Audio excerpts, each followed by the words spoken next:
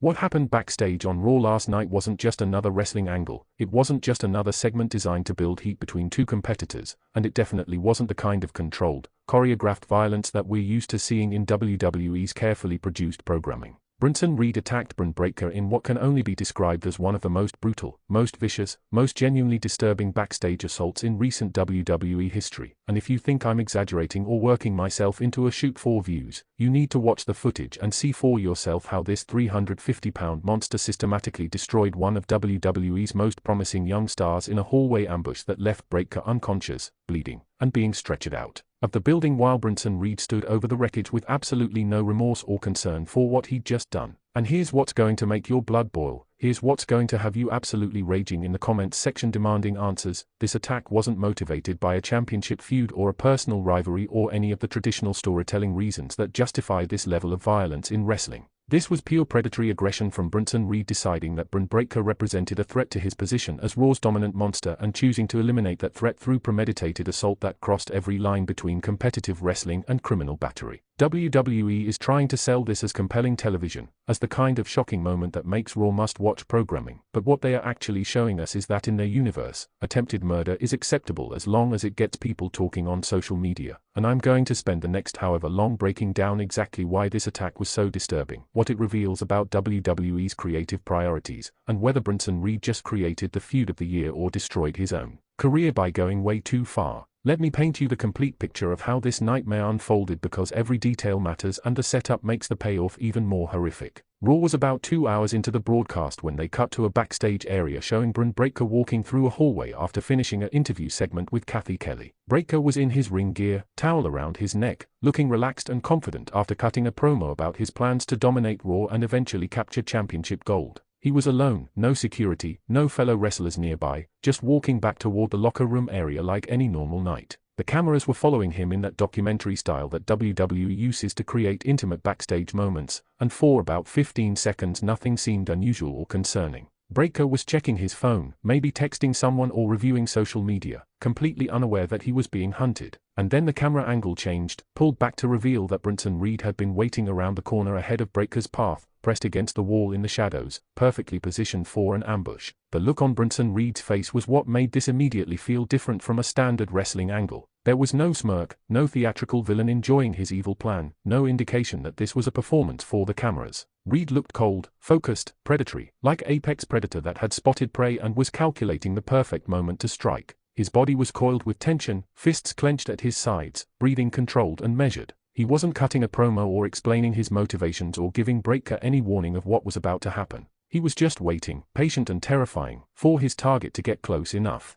And when Bron Breakker walked past the corner, when he was maybe 2 steps beyond where Reed was hiding, Bronson exploded into motion with a speed that someone 350 pounds should not physically possess. He grabbed Breakker from behind, wrapped one massive arm around his throat in a rear choke hold, and lifted him completely off the ground while Breakker's legs kicked helplessly trying to find purchase on the floor. Breakker, to his credit, immediately started fighting back because that's what second-generation wrestlers who grew up in the business learn from day one. You never stop fighting, you never give up, you use every technique and every bit of strength you have to survive. He was throwing elbows backward trying to hit Reed's head, trying to stomp on Reed's feet, trying anything to break the grip and create separation. But Bronson Reed is not a normal human being, he's a legitimately massive powerhouse who spent his entire career learning how to use his size and strength to control and dominate opponents who are smaller and faster. The chokehold tightened, cutting off Breakker's air supply, and you could see Bron's face turning red then purple as he struggled to breathe. After maybe 10 seconds that felt like an eternity, Reed released the choke and immediately drove Breakker face first into the concrete wall with so much force that it left a visible impact mark and possibly a crack in the drywall. Breakker's head bounced off the wall and he collapsed to the ground, clearly stunned and possibly concussed from that initial impact. And that's when the real assault began, when Bronson Reed made it clear that this wasn't just about sending a message or establishing dominance but about inflicting maximum damage. Reed started stomping on Breakker's body with heavy, deliberate strikes that targeted specific areas, the ribs, the back, the shoulders, the head, each stomp delivered with full body weight behind it making the impact sound like thunderclaps echoing through that hallway.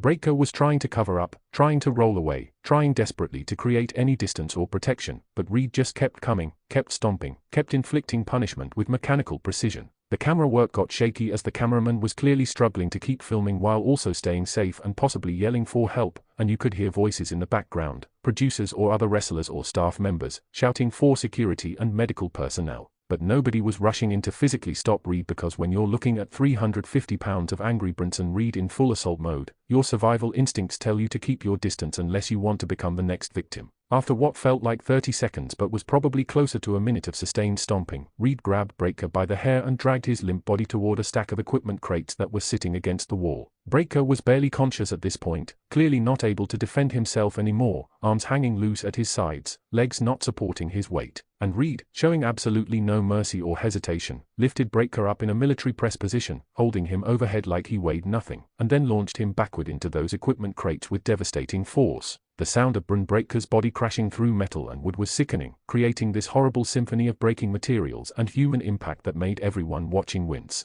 The crate collapsed under Breakker's weight, sending equipment and cables and broken pieces of metal scattering across the hallway floor. And Breakker just laid there in the wreckage, not moving, possibly seriously injured, while Bronson Reed stood over him breathing heavily but looking completely satisfied with the destruction he'd caused. Security finally arrived in force, maybe 6 or 7 officers converging on the scene from different directions, and they formed a perimeter around Bronson Reed while medical staff rushed to Breakker's motionless body. Reed didn't resist or try to continue the assault, he just stood there staring at Breakker with those cold emotionless eyes, making sure his victim knew and everyone watching knew that this was intentional, calculated, personal. The medical team was checking Breakker's vitals, stabilizing his neck in case of spinal injury, calling for a stretcher and backboard because he clearly couldn't walk out under his own power. And that's when Reed finally spoke, the first and only words he said during this entire segment, 6 words that sent chills through everyone who heard them. Tell Adam Pearce I'm not finished. Not finished with Breakker? Not finished with his rampage? Not finished making a statement about his dominance?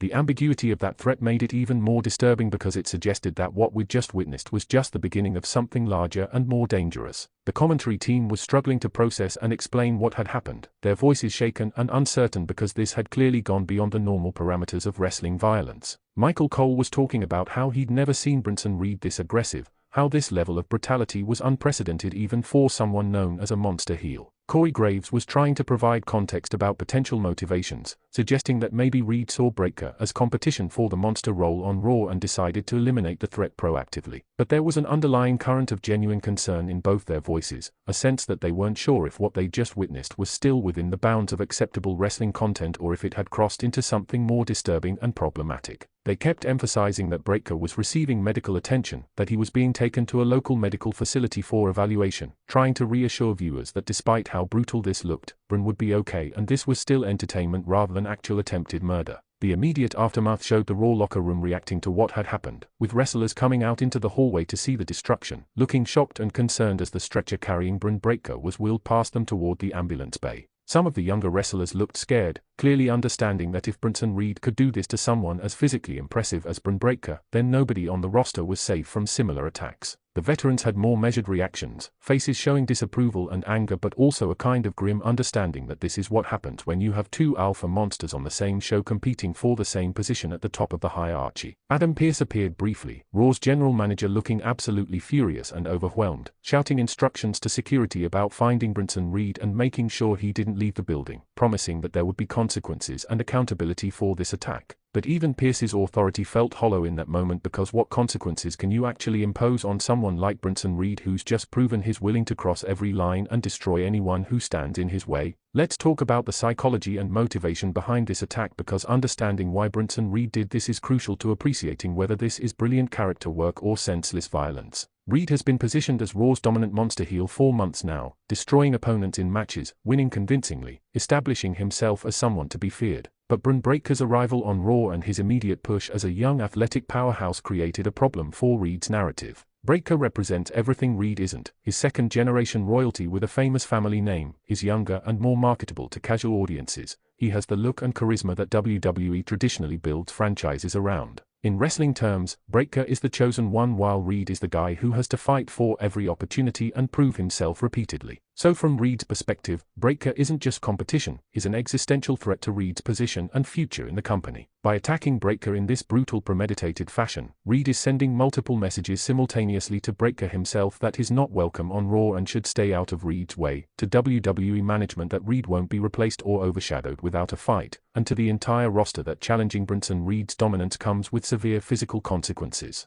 The physical realism of this attack is what made it so effective and so disturbing compared to typical wrestling violence. When wrestlers have matches, even brutal hardcore matches, there's a theatrical quality to the violence where both participants are working together to create the appearance of devastating moves while actually protecting each other from serious injury. But this backstage assault had a raw, uncontrolled quality that felt genuine. The strikes looked stiff and painful. Breakker's reactions looked like genuine distress rather than selling. The environment of the narrow hallway with concrete walls and metal equipment created real dangers that you don't have in a padded wrestling ring. WWE's production enhanced this realism by keeping the camera work somewhat unstable and chaotic rather than using their usual polished multi-angle coverage, by letting the ambient sounds of impact and yelling and panic play through rather than overwhelming everything with commentary, by showing medical personnel genuinely concerned rather than standing around waiting for the segment to end. All of these production choices created an atmosphere that felt more like security footage of an actual assault than typical wrestling programming, which made the segment more impactful but also more uncomfortable and potentially irresponsible. The immediate online reaction to this segment was explosive, with fans divided between those who thought it was incredible, compelling television and those who felt it went too far. Social media was flooded with clips of the attack within minutes of it airing, with people posting reaction videos showing themselves genuinely shocked by the brutality, with debate threads arguing about whether this crossed ethical lines or was exactly the kind of edgy content that makes wrestling compelling. Wrestling journalists immediately started speculating about whether Breakker was legitimately injured, whether the attack was entirely scripted or if Reed had improvised some of the violence, whether WWE Standards and Practices Department had approved this level of brutality or if there would be internal discussions about whether they'd gone too far. The consensus seemed to be that regardless of whether you liked the segment or found it excessive, it was undeniably effective at creating buzz and getting people talking about Raw in a way that standard wrestling matches and promos rarely do anymore. The comparison to other famous backstage attacks in wrestling history is inevitable, and it mostly favors what we saw last night. Stone Cold attacking Mr. McMahon in the hospital was shocking but also comedic in tone and clearly not meant to be taken as realistic violence.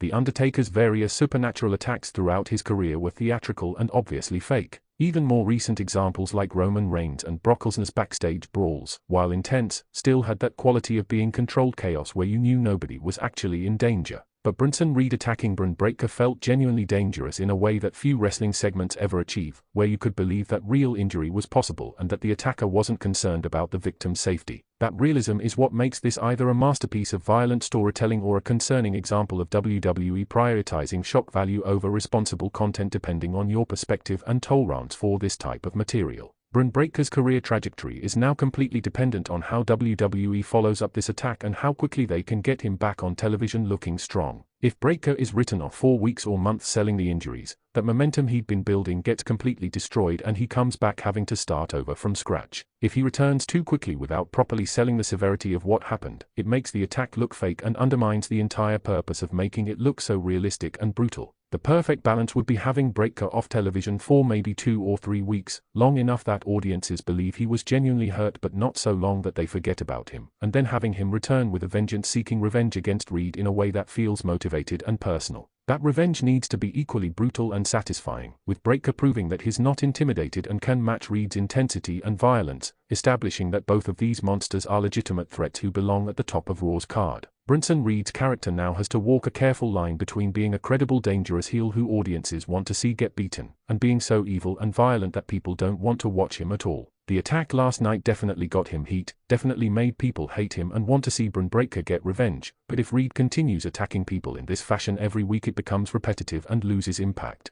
WWE needs to use this attack as the signature moment that defines Reed's character rather than the standard template for everything he does. He should be menacing and dangerous but also strategic, choosing his targets carefully, showing that the violence is purposeful rather than random, building toward an eventual confrontation with Breakker that feels earned and cathartic. If they book this feud correctly, if they let it simmer and build properly rather than rushing to a match next week, this could be one of the defining feuds of 2025 and could establish both Reed and Breakker as main event level talents. Adam Pearce's response as Raw's general manager is going to set the tone for how seriously WWE wants this storyline taken. If Pearce comes out next week and just finds Reed or suspends him for one show, that trivializes what happened and makes it seem like attempted assault is no big deal as long as you pay a fine. But if Pearce takes drastic action, if he tries to fire Reed or ban him from the building or press charges through WWE's internal legal system, that elevates the stakes and makes this feel like a situation with real consequences. The challenge is that WWE needs to punish Reed enough to make the attack feel serious, but not so much that they take him off television and lose the heat and momentum he just generated. The creative solution might be having Pearce announce severe consequences but then having Reed ignore them or fight back against authority, creating multiple layers of conflict where Reed is feuding with both Breakker and WWE management simultaneously, positioning himself as an unstoppable force that nobody can control or contain. The long-term implications for Raw's entire roster dynamic are significant because this attack established a new level of acceptable violence and aggression that other wrestlers might feel they need to match. If Bronson Reed can ambush and destroy Breakker without immediate overwhelming consequences, what's stopping other heels from doing the same thing to their rivals? What's stopping babyfaces from taking justice into their own hands rather than waiting for sanctioned matches? WWE has potentially opened Pandora's box where the rules and structure of how Raw operates need to fundamentally change to account for this new reality where backstage assaults of this magnitude are possible. That could lead to really interesting chaotic storytelling if WWE commits to it, with security being beefed up, wrestlers traveling in groups for protection, authority figures struggling to maintain control over an increasingly violent roster. But it could also lead to a slippery slope where every backstage segment becomes an ambush and the violence loses all meaning through repetition and desensitization. The ethical question of whether WWE should be producing content this violent and realistic is one that reasonable people can disagree on. On one hand, wrestling has always featured violence and the audience understands they are watching a predetermined show where nobody is actually being hurt despite appearances. The violence is part of the appeal, part of what makes wrestling exciting and emotionally engaging. Fans want to see intense confrontations and brutal beatdowns when they are properly motivated and executed. On the other hand, there's a responsibility that comes with having a platform as large as WWE's, with reaching millions of viewers including young children who might not fully understand the line between wrestling violence and real violence. When you make something look too realistic, when you remove the theatrical distance that lets audiences know this is performance, you risk normalizing actual violence or traumatizing viewers who've experienced real assault. WWE needs to be thoughtful about where that line is and whether segments like last night's attack cross it or stay safely on the entertainment side of the boundary. So here's what I desperately need from you in the comments because this conversation is going to define how we talk about Raw for the next several months.